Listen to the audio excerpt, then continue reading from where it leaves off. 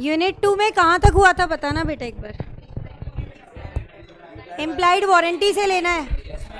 अच्छा, good afternoon class, good afternoon everyone. Audio video proper है क्या बताना बच्चों एक बार। यस, चलो फिर लेते हैं, है ना। क्या चैट डिसेबल्ड है क्या? आ तो रही है बट इस साइड आ रही है। चलो देखते हैं अपन, है ना।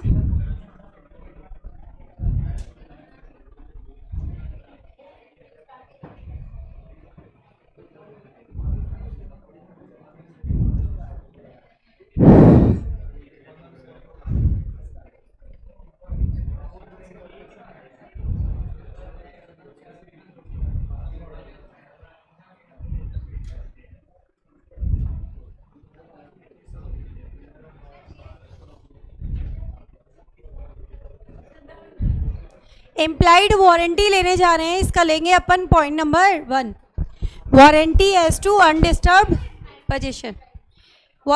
इम्प्लाइड वारंटी यही कहता है, वारंटी प्रिज्यूम्ड बाय लॉ, जो लॉ में दी गई है ऐसी वारंटी को क्या बोलेंगे? Implied warranty. ये 4 इम्प्लाइड वारंटी है जिनको एक एक करके अपन लेने जा रहे हैं। सबसे पहले क्या आ रहा है अपना? Warranty as to undisturb possession. ये वारंटी हमारी क्या कहती है कि भाई अगर कोई भी चीज़ पैसे देके मार्केट से खरीद रहे हैं, ठीक है, अगर बायर पैसे देके मार्केट से कोई चीज़ खरीद रहा है तो एक पहली इम्प्लाइड वारंटी ये है that he can enjoy the peaceful position of the goods. कोई भी उसके पोजीशन को उससे छीनेगा नहीं, अगर छीनेगा तो ये वाली वारंटी ब्रीच हो जाएगी। क्या लिख रखा है वो देखो एक बार, warranty as to undisturbed position. आप पैसे देके मार्केट से कोई चीज़ खरीद रहे हो, you can peacefully enjoy the position of the goods. कोई भी इस पोजीशन को डिस्टर्ब करेगा ये वारंटी ब्रीच हो जाएगी। वारंटी ब्रीच हो जाएगी तो क्या मिलेंगे? Only damages. An implied warranty that buyer shall enjoy the quiet possession of the good. Quiet मतलब है पीसफुल, ऐसे बोला जाता है ना, कीप क्वाइट मतलब चुप रहना, पीसफुल के पीस के लिए वर्ड यूज़ किया जाता है। दैट इज टू से कि अगर बायर के पास पोजीशन आ गया और बाद में वो पोजीशन क्या हुआ? डिस्टर्ब हुआ, he is entitled to sue the seller for the breach of the warranty. Entitled to sue for the breach of the warranty. क्या मिलेंगे? Damages. X buys a laptop from Y. अच्छा, मैं इससे पहले तुम्हें एक दूसरा एग्जाम्पल देती हूँ, फिर ये ले लेना। ए ने बी को एक टीवी बेचा और ये टीवी इसने किसके यहाँ से चुराया है? गोपाल के यहाँ से चुराया है, यानी ये क्या है तुम्हारे? स्टोलन गुड्स, चोरी का माल है। अब क्या हुआ? किस्मत बुरी निकली, गोपाल और बी क्या निकल गए? फ्रेंड्स। अब खुद के यहाँ तो टीवी था नहीं, चोरी हो गया था। दोस्त के यहाँ गया आईपीएल मैच देखने के लिए। अब वहाँ पे देखा कि भाई टीवी पे कोई निशानी होगी, देखते ही पहचान गया, बोलता ये तो मेरा टीवी है। अब ट्रू ओनर के पास तो होती है बेटा प्रोप्राइटरी रेमेडी, वो क्या करेगा? वो तो टीवी लेके चला जाएगा jus in rem, right against the whole world, ठीक है। तो गोपाल को पता चला टीवी मेरा है, तो वो तो बी से लेके टीवी वापस आ गया ना। बोले भाड़े में गई तेरी दोस्ती, नहीं चाहिए, मैं तो अपना टीवी लेके जा रहा हूँ। और ये कर भी सकता है, कर सकता है ना, ये तो अपना टीवी लेके वापस आ गया। अब भाई बायर का पोजीशन डिस्टर्ब हुआ कि नहीं हुआ? हो गया ना। कौन सी वारंटी ब्रीच हुई? Warranty as to undisturb possession. समझ आई बात? क्या मिलेंगे? Only damages. क्या दे रखा है यहाँ पर? ऐसी ही एक चीज़ एग्जाम्पल के फॉर्म में यहाँ दी है। यहाँ पर जो गुड्स होंगे डेफिनेटली याद रखना कैसे होंगे? स्टोलन। हाँ, कुछ नहीं मिलेगा। क्या मिलना है? अमाउंट होगा बस, वो भी जिससे चोरी से माल खरीदा था, चोरी का माल, उससे कुछ रिकवर होगा तो मिलेगा, अदरवाइज नहीं मिलेगा। चोरी नहीं मिला तो डूब गए। क्या चीज़? लीगल एक्शन ले सकते हो अगर वो ट्रेस हो जाए बंदा तो। अब चोर बाजार से चीज़ खरीदने के बाद क्या पता है किसने क्या देखा है ना? ना मैं जानता तेरे को, ना तू जानता मेरे को। चोर बाजार है ना दिल्ली में, है ना? ऐसे रोक ही नहीं सकता ना। ट्रू ओनर के पास तो जसिन रैम है, वो तो रिकवर करके, ओनरशिप उसकी है भाई, उसको प्रूव करने की जरूरत ही नहीं है। उसके पास डॉक्यूमेंट होंगे। चोरी के माल में बेचा है जिसके पास डॉक्यूमेंट नहीं होंगे, ओनर के पास तो होंगे ही ना। क्लियर है क्या, बताओ मुझे? ठीक है, पढ़ो एक बार। एक्स ने एक लैपटॉप खरीदा वाई से। आफ्टर परचेज इसने कुछ खर्चा किया, रिपेयर करा लिया। अननोन टू द पार्टीज क्या है? लैपटॉप क्या था? Stolen property and was taken away from the X, delivered to the rightful owner. Y shall be held responsible for the breach, क्या देने पड़ेंगे? डैमेजेस। ठीक है, अब दूसरे पे आ जाते हैं। दूसरी वारंटी क्या कहती है? Warranty as to non existence of encumbrances. ये क्या कहते हैं? सेलर जो गुड्स बायर को बेच रहा है, it should be free from all the charges. Free from all the charges मतलब एनकम्बरेंसेस वर्ड का मीनिंग लिखो। Loan, pledge, mortgage, loan, pledge, mortgage, charge.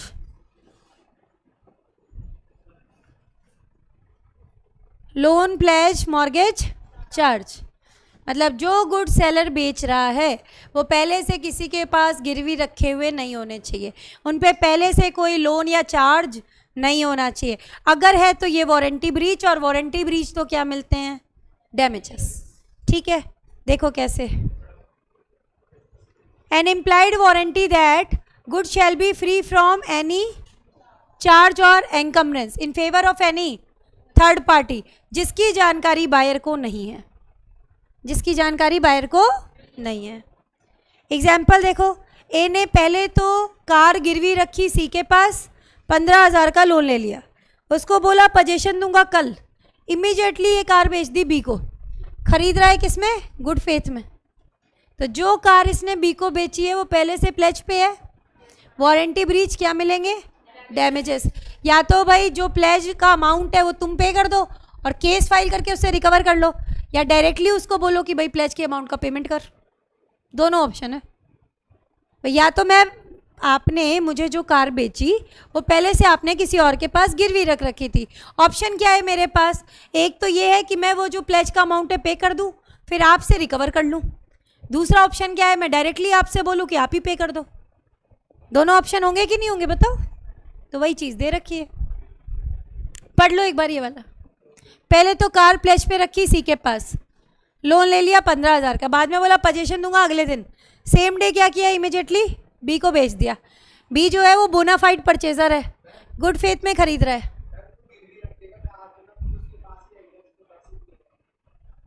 इसने बोला, प्रॉमिस किया कि पोजीशन कल दूंगा। यूजुअली होता है कि प्लेज में तुरंत चला जाता है, इसने रिक्वेस्ट की है। क्वेश्चन में दिया हुआ है देखो।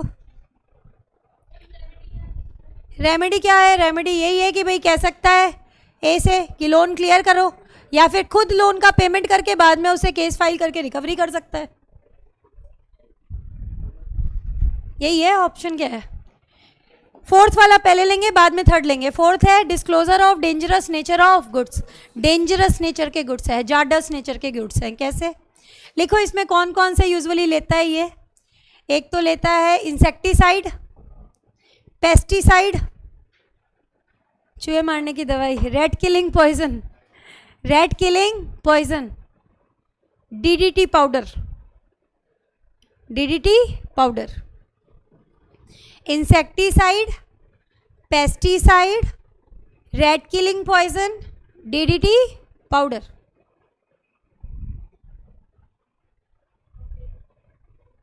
ठीक है। अच्छा, अगर कोई डेंजरस नेचर के गुड सेलर बेच रहा है, ड्यूटी क्या बनती है? वार्न करो बायर को। आपको पता है प्रोडक्ट्स पे वार्निंग दी हुई होती है, सिगरेट पे भी दी हुई होती है, smoking is injurious to health, tobacco वगैरह पे होता है ना, च्यूइंग ऑफ टोबैको और सुपारी में कॉज कैंसर, फोटोज़ वगैरह भी बनी हुई होती है ना।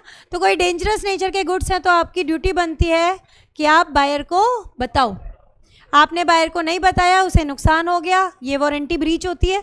क्या मिलते हैं? डैमेजेस। ऐसा एक एग्जाम्पल सीपीटी में आता था, केस स्टडी उस टाइप की बनाई जा सकती है। कैसे कि भाई ए ने एक इंसेक्टिसाइड की बॉटल बेची बी को, जिस पे कोई वार्निंग दी हुई नहीं थी। अब वो बॉटल ले जा करके घर में उसने उसकी वाइफ ने खोली और खोलने में उसमें से पॉइजनस फ्यूम्स निकले, जहरीली गैस निकली, जिसकी वजह से उसकी वाइफ की आइज़ डैमेज हो गई। ठीक है, तो क्या बोला गया, कौन सी वारंटी ब्रीच हुई, ये वाली, disclosure of dangerous nature of goods. ठीक है, तो ऐसे एग्जाम्पल यहाँ पे बनाए जा सकते हैं। क्या लिखा है, where the goods are dangerous in nature and buyer को इस डेंजर की जानकारी नहीं है, सेलर को क्या देनी चाहिए, वार्निंग, और अगर नहीं दिया तो ये वारंटी ब्रीच है, seller will be liable. Example मैंने आपको बता दिया, केस स्टडी बनाए तो ऐसे ही बना सकता है। ठीक है, बचा एक अकेला, कौन सा, क्वालिटी और फिटनेस। अगर आप याद करो तो ये आपकी कंडीशन भी थी और ये आपकी वारंटी भी है। जब कंडीशन पढ़ी थी तो साफ साफ पढ़ा था ना, उसके अंदर अपन ने कंडीशन में पढ़ा था कि भाई generally this condition is not applicable, the general rule is let the buyer be aware, पढ़ा था ना यही चीज़। तो वही चीज़ हम यहाँ पे बोलेंगे कि जनरली एप्लीकेबल नहीं है। रिगार्डिंग द इम्प्लाइड कंडीशन और वारंटी, क्वालिटी और fitness for any particular purpose, general rule क्या है, let the buyer be aware. Seller की ड्यूटी नहीं है कि अपने गुड्स के बारे में अनफ्लैटरिंग ट्रूथ सबको बताए, पर इस रूल के कुछ एक्सेप्शन भी हैं। अगला टॉपिक आएगा कैवेट एम्प्टर, तब पढ़ेंगे, उसमें पढ़ाएगा ये हमें, है ना। मतलब नॉर्मली तो लगती नहीं है, कब लगेगी, जब ये कस्टम या यूजेस से अटैच्ड है। ये लाइन याद करना, कौन सी, व्हेन इट इज़, हाँ, अनफ्लैटरिंग ट्रूथ, मतलब ऐसे ट्रूथ जो कि सेलर को तो पता है लेकिन वो बता नहीं रहा बायर को।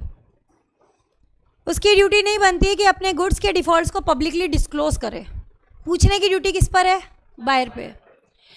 मे बी अनेक्स्ड और attached bye users of trade, ये लाइन याद रखना कि नॉर्मली नहीं लगती, लेकिन अगर कस्टम और यूजर्स ऑफ ट्रेड से जुड़ी हुई है, ऐसी कोई व्यापारिक प्रथा या प्रचलन है तो लग जाएगा, अदरवाइज नहीं लगेगी। अब इसका कोई एग्जाम्पल यहाँ तो नहीं दिया, बट सीपीटी में दिया हुआ था, वो बता देती हूँ। उसमें इस तरीके से था कि जैसे अपन कई बार अपन गुड्स खरीदते हैं ना ऑनलाइन, तो they are ready to give discount at the bulk purchase. Even in cosmetic sector कई बार वो 70% तक का डिस्काउंट दे देते हैं। I want say that these are the expired product, but they are very much near to expiry. थोड़े समय बाद में कंपनी के लिए उसकी वर्थ ज़ीरो हो जाती, stock clearance sale type something है। ठीक है, और अगर किसी चीज़ पर एक्सपायरी डेट लिखी हुई है, सपोज करो 15 मार्च, तो क्या वो 15 मार्च को ही ख़राब होती है या फिर धीरे धीरे क्वालिटी डेप्रिशिएट होती है और 15 मार्च को ज़ीरो हो जाती है, धीरे धीरे डेप्रिशिएट होती है ना। तो इसमें एक एग्जांपल दिया हुआ था कि ऑक्शन सेल में कुछ मेडिसिन बेची गई, ए ने सबसे हाईएस्ट बिडिंग लगाई और मेडिसिन खरीद ली। फिर जब उसने वो मेडिसिन मार्केट में बेची तो कंप्लेन आई लोगों की, तो ये पता चला लैब की टेस्टिंग में that these medicine are inferior in standard than the medicine which are readily available in the market। expired नहीं थी, near to expiry थी, expired नहीं थी, near to expiry थी। आप यहाँ पर मेडिसिन वापस नहीं कर सकते, you can ask only for damages, ये चीज़ थी यहाँ पे। ठीक है, ऐसा एग्जाम्पल इन्होंने डाला था, बाकी इस वाली बुक में तो इसका कोई एग्जाम्पल नहीं है। यहाँ तक समझ आई चीज़ की नहीं आई, बताओ। 4 है, चारों देखो दोबारा रिवाइज करा देती हूँ, 4 की 4।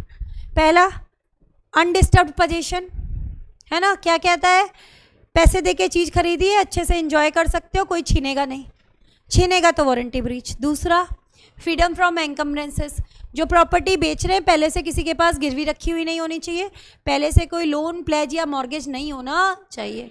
ठीक है, अगर है तो ये breach. Disclosure of dangerous nature of goods, क्या कहते हैं, सेलर को बताना चाहिए, वार्निंग देनी चाहिए बायर को, नहीं दिया, बायर को नुकसान हुआ, उसकी भरपाई करो।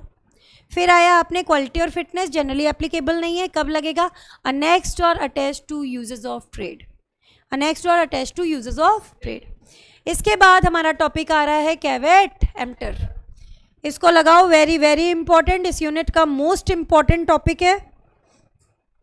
थ्योरी भी 6 नंबर 7 नंबर, प्रैक्टिकल भी 6 या 7 नंबर, 6 नंबर मान लो, मतलब 6 मार्क्स। कभी थ्योरी आ जाती है, कभी प्रैक्टिकल आ जाता है, आते रहते हैं इसके क्वेश्चन। सेक्शन नंबर 16, नंबर भी याद रखोगे, section number 16, let the buyer be aware. किसकी ड्यूटी बनती है कि प्रॉपर सिलेक्शन ऑफ गुड्स करे? बायर की, ठीक है। अगर वो खुद के स्किल और जजमेंट पे बिलीव करता है, चीज़ सही नहीं निकलती, खुद जिम्मेदार है। He can not blame the seller.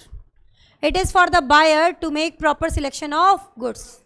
और अपनी आँख नाक कान खुले रख करके सामान इसको खरीदना है ना। अगर डिफेक्टिव निकलती है तो he can not held the seller responsible.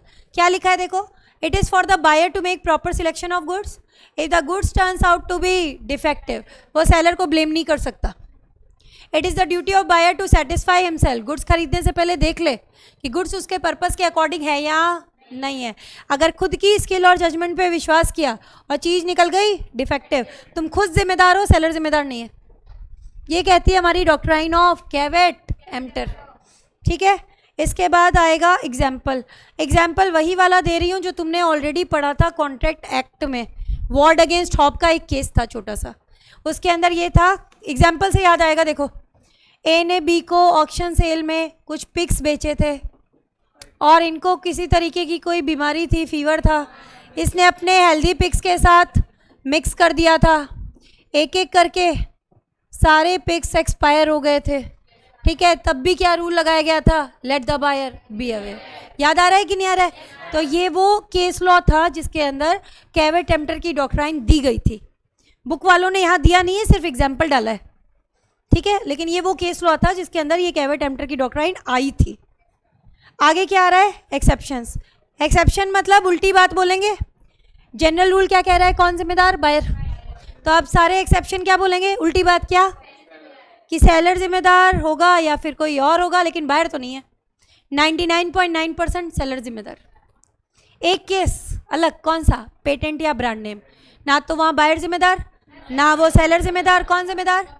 Company जिसका पेटेंट या ब्रांड नेम है। अब बायर जिम्मेदार नहीं है तो वो भी एक्सेप्शन में तो आएगा, आएगा ना। तो अब देखो कैसे आएगा। पहला पॉइंट आ रहा है फिटनेस एज टू क्वालिटी और यूज। पूरा पढ़ा हुआ है, देखो कहीं पढ़ा हुआ लग रहा होगा। ऐसी कांच की बोतल दो, गर्म पानी रखा जा सके, बॉटल में पानी डाला, बॉटल बस्ट, ठीक है भाई। यहाँ पे सेलर जिम्मेदार माना गया था, उसने पर्पस बता दिया था क्यों चाहिए। बायर ने पर्पस बता दिया, सेलर के स्किल जजमेंट पे विश्वास किया और सेलर इसी तरीके के गुड्स में डील करता है। अब चीज़ सही नहीं निकली, सेलर जिम्मेदार माना जाएगा। क्लियर है ना? फिटनेस एज टू क्वालिटी और यूज पहला एक्सेप्शन। दूसरा एक्सेप्शन पेटेंट या ब्रांड नेम पढ़ चुके हो, अभी पढ़ाया। Generally no implied condition as to quality और fitness if the goods are purchase under patent और ब्रांड नेम। उस केस में ना सेलर जिम्मेदार, ना बायर जिम्मेदार, पेटेंट या कंपनी जिम्मेदार, ठीक है। सेलर ने फैक्ट्स को छिपा लिया, सेलर ने डिफेक्ट किया, seller is guilty of fraud और मिस रिप्रेजेंटेशन, यानी गलती सेलर की, इसलिए सेलर जिम्मेदार। और सेलर जिम्मेदार तो एक्सेप्शन में गया, सेलर जिम्मेदार तो एक्सेप्शन में जाएगा। ये तीन आ गए। तीन के बाद में ये चारों देखो तुम्हारी इम्प्लाइड कंडीशन आ गई। जितनी इम्प्लाइड कंडीशन थी, जितनी भी इम्प्लाइड कंडीशन थी, सब में सेलर जिम्मेदार था। गुड्स डिस्क्रिप्शन के अकॉर्डिंग नहीं निकले, सेलर जिम्मेदार। गुड सैंपल के अकॉर्डिंग नहीं निकले, सेलर जिम्मेदार। डिस्क्रिप्शन सैंपल से मैच नहीं खाते, सेलर जिम्मेदार। मार्केटेबल क्वालिटी के नहीं है, सेलर जिम्मेदार। चारों डाल दिए मैंने यहाँ पे। आगे चारों की नहीं आए बताओ? Description, sample, sample as well as description, marketable quality. आगे अब एक लास्ट पॉइंट, कौन सा? Trade uses. ट्रेड यूजेस में क्या आएगा? क्वालिटी और फिटनेस की कंडीशन और वारंटी दोनों जनरली एप्लीकेबल नहीं होती, बट अनेक्स्ड और attached to customer usages of trade. Seller deviate करेगा तो वो जिम्मेदार है। पढ़ो एक बार क्या दिया है। इम्प्लाइड वारंटी और कंडीशन दोनों को कवर किया है, एज टू क्वालिटी और फिटनेस, मे बी अनेक्स्ड और attached to uses of trade. अगर सेलर इससे डेविएट करेगा तो फिर सेलर जिम्मेदार माना जाएगा, कैवेट एम्प्टर नहीं लगेगी। सेलर जिम्मेदार माना जाएगा, कैवेट emptor will not be applicable. For example देखो, रेडीमेड गारमेंट इंडस्ट्री है। आपने कपड़े खरीदे, सही नहीं निकले, तो वो क्या करते हैं? सही नहीं निकले नहीं मतलब आपकी साइज़ के नहीं है, ठीक है, तो आप वापस करने चाहते हो तो वो आपको साइज़ चेंज करके देता है। कस्टम एंड यूजर सही है, पैसे वापस नहीं देगा लेकिन चीज़ बदल के तो देता है कि नहीं देता है? ये बता। अगर उसके पास पीस अवेलेबल है तो वो देता है, नहीं है तो क्या ऑप्शन देता है कि इसकी जगह कुछ और खरीद लो। होता है ना ऐसा? तो वही चीज़ है यहाँ पर। अगर नहीं है तो फिर you will replace that up. Clear है क्या? बताओ, समझ में आया? आई होप अगर क्वेश्चन आए तो इजीली कर सकते हो। थ्योरी पार्ट अभी हमने डील किया है, इसको अभी हम आईसीआई से करते हैं, इसके क्वेश्चन करते हैं, यूनिट 2 वाइंड अप करेंगे आज। पहले इसको थ्योरी उससे देखते हैं। Caveat emptor section number 16, section number 16। Caveat emptor का मतलब let the buyer be aware. Seller अपने गुड्स को डिस्प्ले करता है ओपन मार्केट में, बायर की ड्यूटी है क्या करे, प्रॉपर सिलेक्शन ऑफ गुड्स। अगर गुड्स हमारे डिफेक्टिव निकलते हैं हम सेलर को जिम्मेदार नहीं ठहरा सकते। बायर की ड्यूटी है गुड्स खरीदने से पहले खुद को क्या करे, सेटिस्फाई करे कि उसके पर्पस के अकॉर्डिंग है या नहीं है। अगर उसने खुद की स्किल और जजमेंट पे विश्वास किया, गुड्स निकल गए defective, can not held the seller responsible. Clear है? यहीं तक की लैंग्वेज देनी है, इसके आगे एक्सेप्शन में कवर होगी, ये तुम मत देना। इसके बाद 18th वाला एग्जाम्पल अभी लिया था, वार्ड ऑफ वाला, ये तुम्हें खुद को पढ़ना है, होमवर्क मार्क कर लो, बहुत इजी, आराम से कर लोगे, कुछ भी नहीं है इस एग्जाम्पल में। अब क्या आया, exception, fitness as to quality और यूज, वही तीनों चीज़ें, पर्पस बता दिया, सेलर के स्किल जजमेंट पे विश्वास किया, उसी तरीके के गुड्स में डील करता है, सेलर जिम्मेदार, प्रीस्ट अगेंस्ट लास्ट का केस करा दिया, इतना ही करना है, हो जाएगा। नेक्स्ट देखो, गुड्स परचेज अंडर पेटेंट और ब्रांड नेम, क्या लिख के आना है, अगर गुड्स खरीदे patent brand name, no implied condition as to quality और फिटनेस, वहाँ ना तो सेलर जिम्मेदार ना बायर जिम्मेदार, कौन जिम्मेदार, कंपनी जिसका पेटेंट या ब्रांड नेम है। ठीक है, एक पॉइंट लास्ट से पहले करा रही हूँ, ये वाला, सेलर ने क्या किया, एक्टिवली फैक्ट्स को क्या किया, छिपा लिया, और he is guilty of fraud, मतलब सेलर हमारा जो है वो मिस रिप्रेजेंटेशन करता है या फ्रॉड करता है, बायर इस पे रिलाई करता है, या फिर सेलर एक्टिवली फैक्ट्स को कंसील करता है, तो यहाँ पे कैवेट एम्प्टर नहीं लगेगी, सेलर जिम्मेदार माना जाएगा।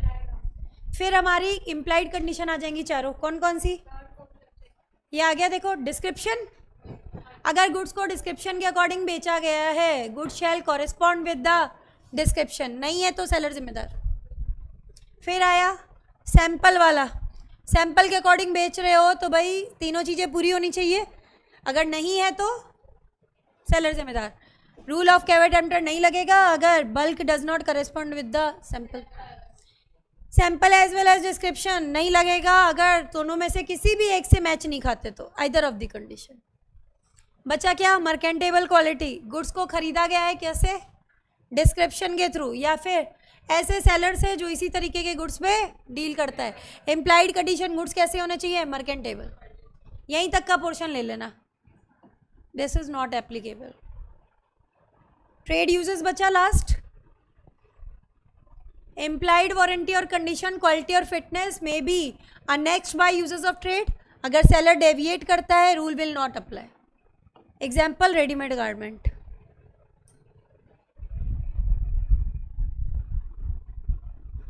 तसल्ली से पढ़ लो आराम से।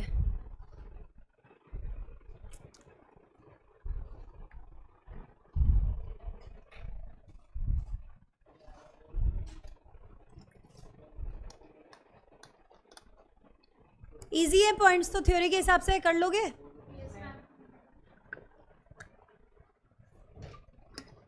अभी प्रैक्टिकल भी कर लेते हैं इसका।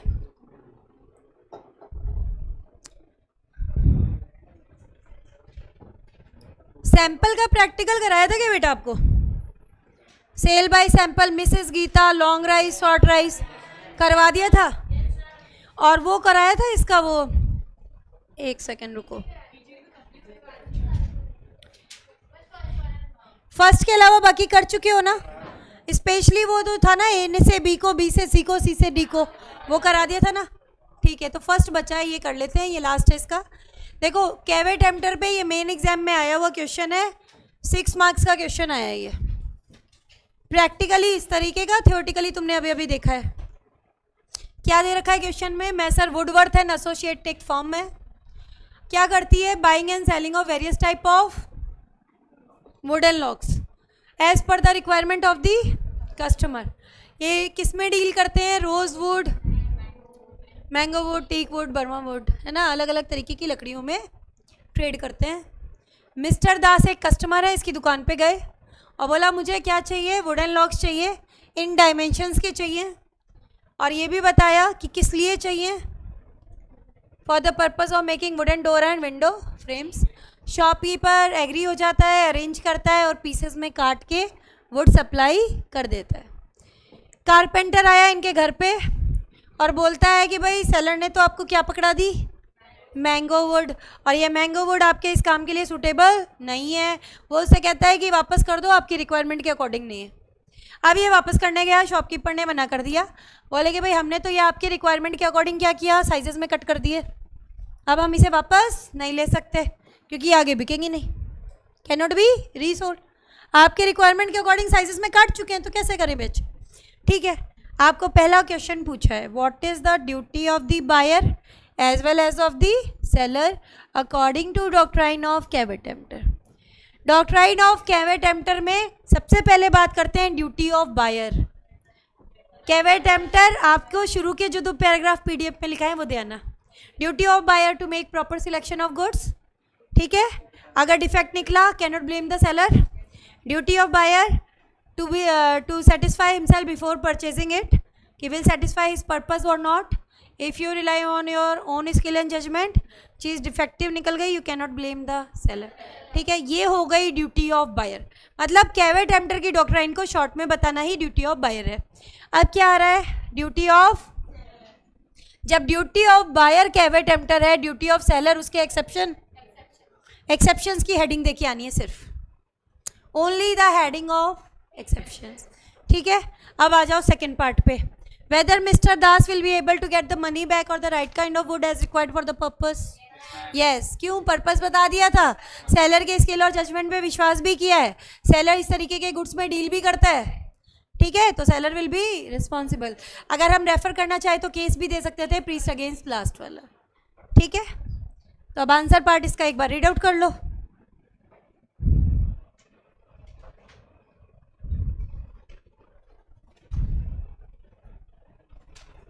ड्यूटी ऑफ बायर में वही चीज दी है कि नहीं दी, बताओ मुझे।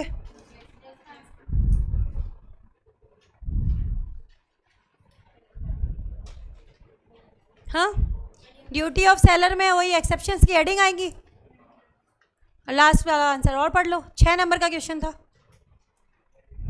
कर सकते हो ऐसे आ जाए तो इसी टाइप के आते हैं इसमें कैवेट-एम्प्टर में। हाँ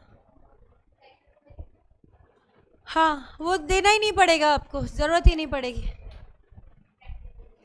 प्रैक्टिकल में भी जब सेल्स का क्वेश्चन है तो सेल्स का ही पार्ट उठाएंगे ना, सीधे section 16 of sales of goods डालेंगे ना।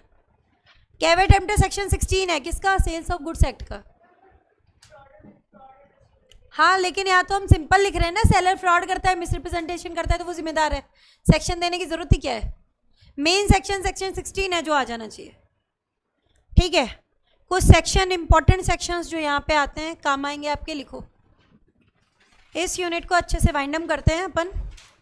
क्या क्या सेक्शन यहाँ पे आपको रखने, ज़्यादा नहीं याद करने, लिखो इसमें। एक तो सेक्शन 15, सेक्शन 15 में तुम्हारी 2 चीज़ें कवर्ड हैं, condition as to description, condition as to description, और दूसरा condition as to description as well as sample, description as well as sample.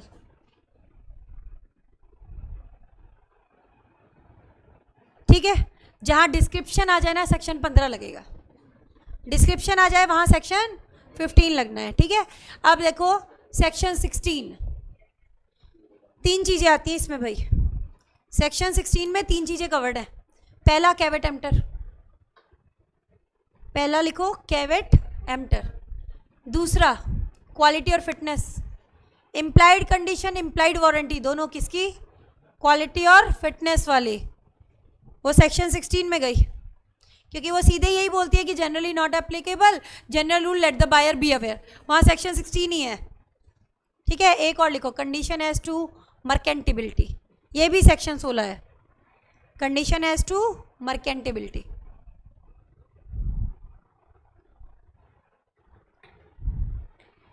अब तुम्हारा लास्ट लिख लो 17, और 17 क्या है, सेल बाय सैंपल। वो गीता वाला क्वेश्चन किया था ना, राइस वाइज वाला, सेल बाय सैंपल, ठीक है। और इस तरीके की यूनिट है ये वाली। थ्योरेटिकल क्वेश्चन तो देखो इसमें डिफरेंस भी पूछा जाता है, कंडीशन और वारंटी के बीच में डिफरेंस बताइए, वो क्वेश्चन आया हुआ है। सेक्शन 13 काफ़ी पूछा हुआ है थ्योरी में, when the breach of condition will be treated as breach of warranty. वो 4 पॉइंट याद आ रहे हैं, waiver, election, non severable, accepted the goods, excuse by law by reason of impossibility और अदरवाइज। थ्योरी क्वेश्चन में एक और सबसे इंपॉर्टेंट, कैवेट एम्प्टर और उसके एक्सेप्शन। मैंने तुम्हें आईसीआई करा दी, मैंने तुम्हें लिस्ट की समरी बनवा दी, और एमसीसी के पीछे एक्स्ट्रा क्वेश्चन जो इसके अलावा है, ये तो सारे मिलेंगे ही जो मैंने यहाँ कराया आईसीआई में, इसके अलावा भी कुछ एक्स्ट्रा क्वेश्चंस हैं, उनको देख लेना, ठीक है। और कोई डाउट हो तो मुझसे पूछ लेना, हो जाएगा। तो यहाँ तक कंप्लीट करो, कल से अपन फ्रेश टॉपिक स्टार्ट करेंगे, यूनिट नंबर 3 लेंगे, है ना।